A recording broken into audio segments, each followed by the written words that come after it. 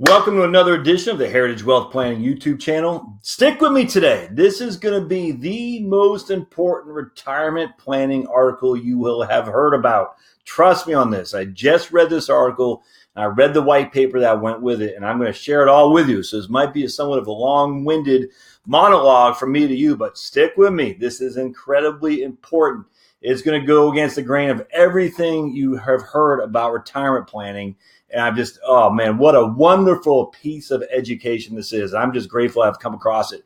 As a professional financial planner, more than 20 plus years, you always learn a new stuff and you always want to take that new stuff to give to your clients. And this article right here, based on studies from the Bureau of Labor Statistics, CDC, Center for Disease Control, all kinds of different groups that do studies on retirement planning and whatnot, mobility and things of that nature. It's just a wonderful, wonderful resource I'm going to share with you today. So stick with me here. All right, so before I get started, I go to Google and I just look up trending topics that they have. And sometimes I see some articles that interest me. More often than not, I don't.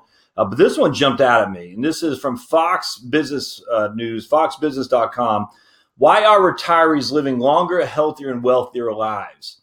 And what this says is, according to United Income Report, which I'm going to show you here in just a second, current retirees are healthier, wealthier, and live longer lives than in previous generations. Now, I just did a podcast on this as well, but I did the podcast before I actually looked at the white paper that United Income Report did, because you click on this link and it's a broken link.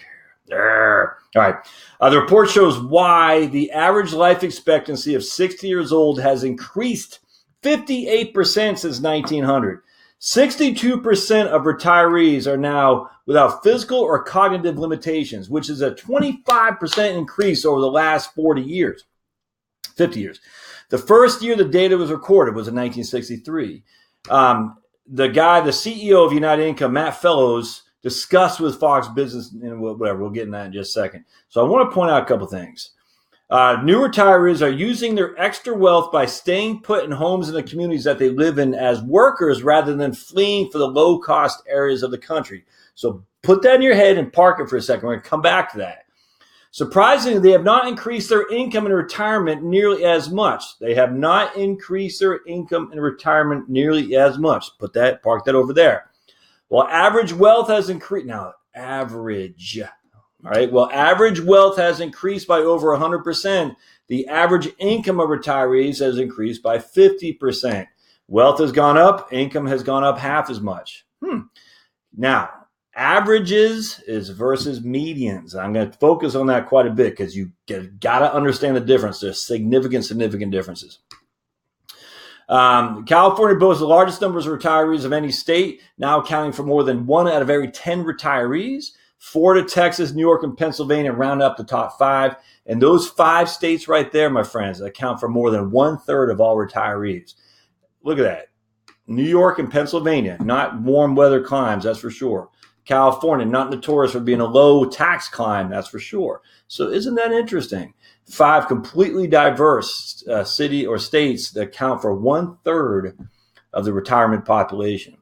With increased, with increased health and wealth, what are seniors finding out about their cost of living priorities? This one right here, you need a tattoo on your brain.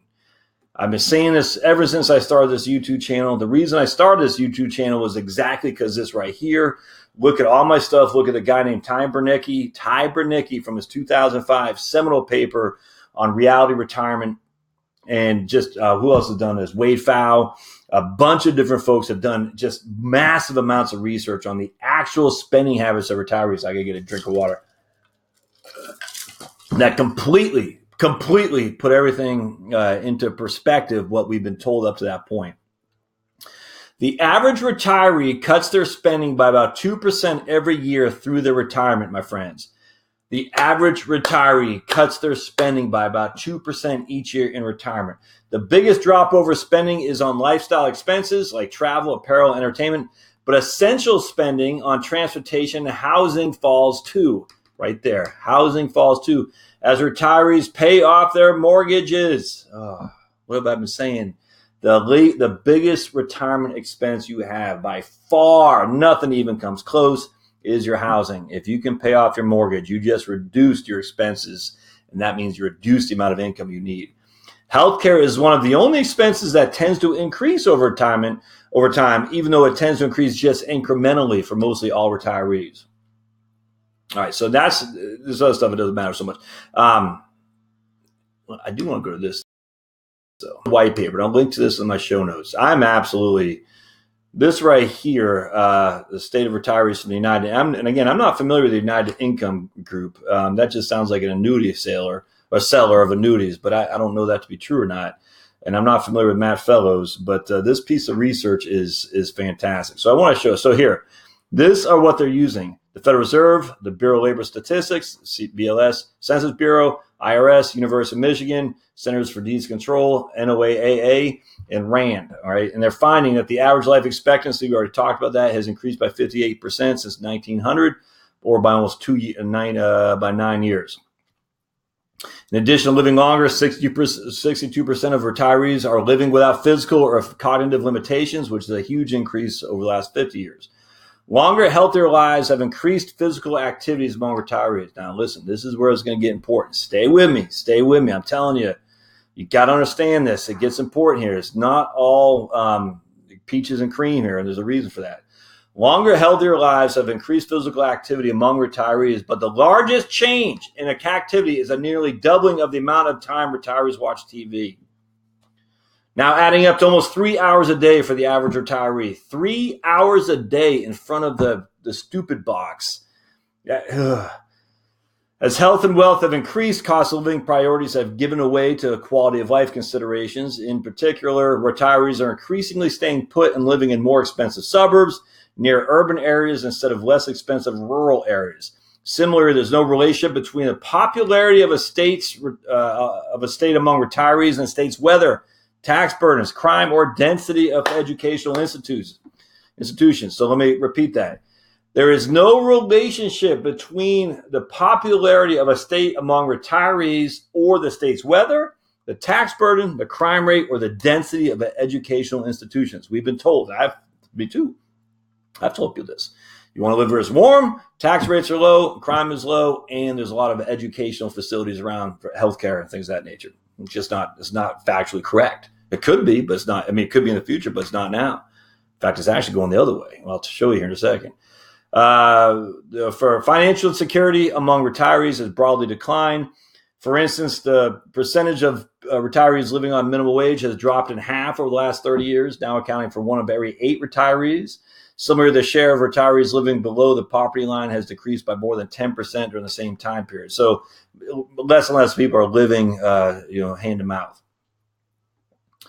Among retirees, surging wealth has also not affected income inequality, which remains unchanged from 30 years ago. We do find that the surge in wealth has contributed to a 42% in wealth inequality among this older group of Americans, but that is solely due to the growing difference in investment wealth among retirees, rather than the differences in value of housing and or non-financial assets. So the investment wealth has gone up, inequality has gone up. It has nothing to do with your home. It's got nothing to do with your financial assets, just what you have in your in your investment accounts, which can easily be decimated with a market decline for sure. All right, so collectively, retirees have never had it better. Let me put that on hold. Sorry, folks. Retirees have never had it better, with more health, wealth, and time to enjoy life without the constraints of work. Although that additional vigor and wealth has initially been consumed largely by more hours in front of TV. And I'm going to talk, there's a negative part of that big time. I'm going to share with you in a second. This group has tremendous civic potential that could be unlocked through creative market or public policy leadership. Now, here's what I thought was interesting. Including potentially volunteer incentives or a new tax incentive bond fund that aggregates the $14 trillion in financial assets held by U.S. retirees to address the broad education, transportation, and public infrastructure needs facing the U.S. Now, Trump has proposed a public-private partnership to develop the infrastructure. Man, I tell you, I absolutely think that'd be wonderful. Look, I'm not a big fan of the government getting involved in capital markets. I am not.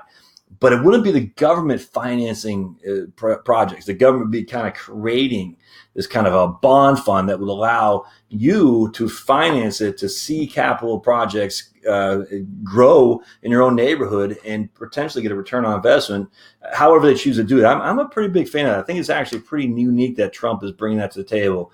I hope it takes fruition, because at the end of the day, we need infrastructure built. We have a decaying infrastructure for sure. Our large power transformers, you've heard me talk about that, our LPTs are antiquated, and we just don't have the capacity to replace those anytime soon. And we need to update the infrastructure and the grid, and to get a public-private partnership in that, man, it'd make a lot of sense to me. All right, here's what I want to show you. This is the number of years added to life expectancy. All right, so these are the male have added about 8 years of life expectancy since 1900, and female about 10. And so the average life expectancy for someone who is 60 years old today without any physical or cognitive limitations has increased from 49% in 1953 to nearly 62% today. I should say that's the percentage of retirees without any physical or cognitive limitations has increased from 49% 50 years ago to nearly 62% today. Similarly, almost 3 out of every 4 retirees now report no difficulty walking at least 1/4 of a mile. That's pretty good. Perhaps the biggest improvement in the quality of life for retirees in recent decades, though, is the large and broad surge of wealth. Just the past 30 years, average wealth among retirees increased by almost 100%, now amounting to the average of 752. And this is what I want to show you. Watch this. This is the average, the blue. This is the median. I could care 2 craps about the average, because the average, Bill Gates and me, or Mark Zuckerberg and me, if we average us together, we're both multi-billionaires. But trust me, folks, I am not anywhere near a multi-billionaire, okay? So the average is skewed by those way outliers, way the Zuckerbergs, the Bill Gates, the Warren Buffetts and whatnot.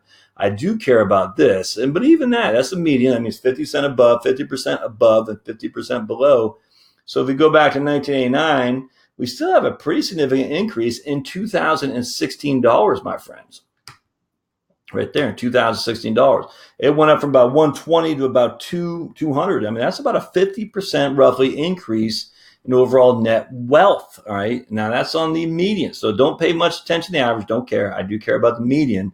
And still the median over the last 30 years, roughly, 30 years has gone up pretty significantly. That's a pretty stunning thing, adjusted for inflation too, by the way. And that includes 2000, 2001 and 2, and then again 2007, 8, and going into 2009. And again, they looked at all these different groups they looked at to do their studies, BLS, CDC, and whatnot. All right, but this is what I want to talk about. We found that longer lives have indeed increased physical activity among retirees compared to previous generations, but the single largest increase is the amount of time allocated to watching TV. In fact, for every minute, I don't need to get in that, but we also found and that's not, I want to just real quick, there's a thing that was, let me show you. To watching TV, there's another chart I want to show you on here real quick. And I'm going to come back because other things right here. Change since 1975, the number of minutes spent by retirees on different activities during a typical day. All right, so green is the average amount watching TV. Look at that. Look at that in minutes. I mean, look at that. It's sickening, to be honest with you. Sleep has dropped significantly, and we're replacing sleep with watching TV. Not good. Physical activity is a little bit, that's the light blue there. So it's gone up a little bit, about 15 minutes more a day. Sleep and out-of-home leisure activities have gone up about 20 minutes each day. So we've lost sleep. We've increased that with watching TV, a little bit more physical activity, and a little bit more leisure activities. But you just look at that. That's not good. And so I want to show you something. Because I want to point that out about the TV. Bear with me just a second, because this is critically important. All right, but right here. In particular, yes, right here. In particular, between 1975 and 2012, the time watching the big set increased by over 1.5 hours, from an average of 3 hours to 4.5 hours a day. The average TV consumption is 4.5 hours a day. That adds up to about 30% of the average retiree's hours during a day they're awake. or 20% of the entire day. Now, again, looking at averages, you got to factor in there are some people who cannot move or are bound to wheelchairs, who have nothing else to do but watch TV. That will skew the averages higher. No getting around that. But still, that is, at the end of the day, we're watching a significant amount of TV in our retired years, more so than we've ever done before. And that's just not good. I'll show you what I'm talking about. The trend is observed too. Industry data industry data that records information about television viewing habits of different consumer segments. For instance, the average age of all viewers in major sports, the average age of viewers of all major sports increased between 2006 and that doesn't bother me. Golf, they talk about golf, tennis, right? Oh, right here. This is what I want to talk about. Research has found that viewership habits shape attitudes, for instance, about race, crime, and safety. All right. This is critically important. Stay with me. Research has found that viewership habits have changed or shaped attitudes, for instance, about race, crime, and safety. Since news programming is often sensationalized on these areas to capture the attention of viewers, it could lead to misperceptions that create unnecessary stress for retirees. Those outcomes are reflected in other research that found that increasing amounts of television viewership increased concerns about personal safety, as well as health and financial security. It also created a generally lower morale compared to people who do not watch as much TV. Oh my goodness. So you got the boob tube on and you got Facebook. All these things are geared, and then you got, clickbait media. They're geared not to say how good you got it. They're geared to make you fearful. I just can't stress it enough. Research has found that viewership habits shape attitudes, for instance, about race, crime, and safety. And I just sit there and I think, I'm a libertarian, a conservative libertarian. I'm not going to deny that. No reason to. I completely believe in the Second Amendment, completely believe you need to have your firearms. I do not believe that because I think someone's about to shoot me. It's just not likely. To counter that, the people who watch MSNBC, though, they're afraid they're going to get shot. They go to school, they're going to get killed. It's not true. It's not true. On the other hand, I also don't believe that your kids are going to be molested or they're going to be abducted. It's just is not there. I don't believe that the vast majority of kids who have allergies are going to get killed because of a peanut allergy. It's going to kill them, even though I do have kids with peanut allergies, and it worries me. But it's just not likely. It's not. And yet people go around and they see this stuff as being sensationalized all over the news, TV primarily, and then Facebook, and they say, they just get fearful. And folks, our society right now is so just, there's nothing to be afraid on that kind of stuff. Now, I do have my questions about vaccines. What are vaccines doing to increase allergies? I don't know. And yet there's no answers there. And everyone seems to say, you're anti-vaxxer. I just want to know. We're putting all this stuff in our body and we do not know if what they're doing is good. We don't. I'd be happy to share the CDC reports that say we haven't done that study yet, even though people presume they have. They have not. But I don't sit there and say, oh my goodness, if you're going to vaccine your kid, you're going to fall off a bridge and die tomorrow. Just no evidence of this stuff. Now, lack of evidence doesn't mean there's no evidence at all. It just means we don't know for sure. But my thing is, you watch all this stuff, and it depends on your political persuasion. I hate to say it. The people on the left are afraid like crazy of guns. People are right. They're afraid like crazy of terrorists. And just there isn't the evidence that we should be fearful of all this stuff. Now, what can guns do? Can guns shoot people up? Yes, they can do mass casualty for sure. A terrorist absolutely can do mass casualties 10 times, a million times worse than a gun. Because if he gets his hands on a dirty bomb, the fears that we did not have before would come to fruition. But guess what? There's nothing you can do about it anyway. All right. And so if you're living in fear that there's a member of the NRA under your bed who's going to shoot you, or you're living in fear that there's a member of Al Qaeda under your bed who's going to blow you up, you can't. Stop. And the problem is that we're watching TV too much, which is all sensationalized based on your political opinion. It's sad. Now, where I disagree with it, right here. The outcomes reflected in other research that found increased amounts of television viewership increased concerns about personal safety as well as health and financial security. It also created a generally lower morale compared to people who did not watch as much television. Similarly, research has found the effects of television vary by the programming people are tuning into. I don't buy this for 2 seconds, but for example, one multi-country study found that the public PBS increased political knowledge while cable news reduced that knowledge. I don't buy that for 2 seconds flat. It depends on what you're considering political knowledge, because PBS is left. There's no other way around that. Very, very biased. And so if your political knowledge is what you're grading people on is on the left side, then yeah, if you watch PBS, it'd be more politically knowledgeable than people on the right who don't watch PBS, because your political knowledge is determined by how much on the left you agree. I don't believe that for 2 seconds. I think all TV, it creates chaos and it creates problems in your head. Other research, and this is here too, other research has found that increased hours in front of this TV set can create a number of health problems. For instance, an analysis of 8 academic studies found that significant time in front of the TV was associated with increased risk of type 2 diabetes and cardiovascular diseases.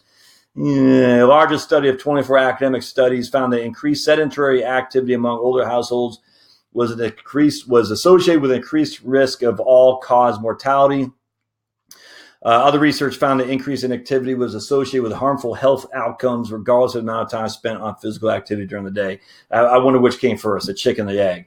Did you watch more TV because you were ill and then you said, I can't do anything, I watch more TV? Or are you ill because you watch more TV? And I challenge that to some degree. I don't know. I haven't done the analysis, haven't done the studies, but I know how correlation and causation can a lot of times be misconstrued. You watch a lot of TV and you're ill, thus TV causes you being ill. I'm not so sure. Now, we next considered how these trends vary by income level among retirees. For this analysis, we considered the share of retirees have an income higher than 75% of other retirees, i.e. in the high income, and less than 75% of low income. Now watch this. Number of minutes spent by retirees on activity during a typical day. Low income watches 300 minutes a day on TV, which is a 43% increase since 1975. High income watches 224 minutes a day on TV, which is a 78% increase since 1975. Sleep, there's less sleep across the board. And then now watch this though. Physical activities, low income only increased it by 12%. High income increased it by 77%. So 77% of high income people are doing more physical, or they've increased the amount of minutes. High income people have increased the number of minutes they do physical activities by 77%, but they've also increased the amount of time they're watching TV by 78%. Low income is 43%, the amount of TV they watch, and the amount of physical activities hasn't changed much. That would tell you something, that where's all that time going that we've accumulated? Well, it's not going to sleep because we're reducing our sleep. So it just seems to be the higher income people are getting more physical activity, but they're watching more TV significantly. But relative to their low income peer, they're not watching anywhere near. They're watching, that's about 30% less, 25% less TV. And they're basically doubling the amount of physical activity, which kind of goes back. High income generally leads to better quality of life. You're usually in better shape for sure. And we talk about that. Okay. In summary, the growing wealth and health of retirees has led to an increase in physically oriented activities, including exercise. But again, the largest number of hours spent in front of was spent in front of a television. Okay, but I want to show you something else here. This right here. All right. So stay with me. Maybe I'll pause it right here and I'll start with part 2. Let's see, how long have I been on this guy? And let me pause it real quick. All right, folks, I'm actually going to pause this because I do have a lot more I want to go about this study, because the next part of this study is critical about what you have been told to believe about health, wealth, moving, where you're going to live, who you're going to live near, crime, weather, and all these things too. I'm just telling you right now, it's incredibly interesting. I'm going to share that with you on this next episode. So stay tuned for part 2. I'll put it in the show notes. There'll be a link right there that goes through. Subscribe. Thumbs up, always helpful. And I'd love to hear your comments. Have you, or maybe your folks, retired? What are they thinking about doing? Are they going to stay in the state they live in? So put some comments in there and stay tuned for the second part of this series. Thanks, guys.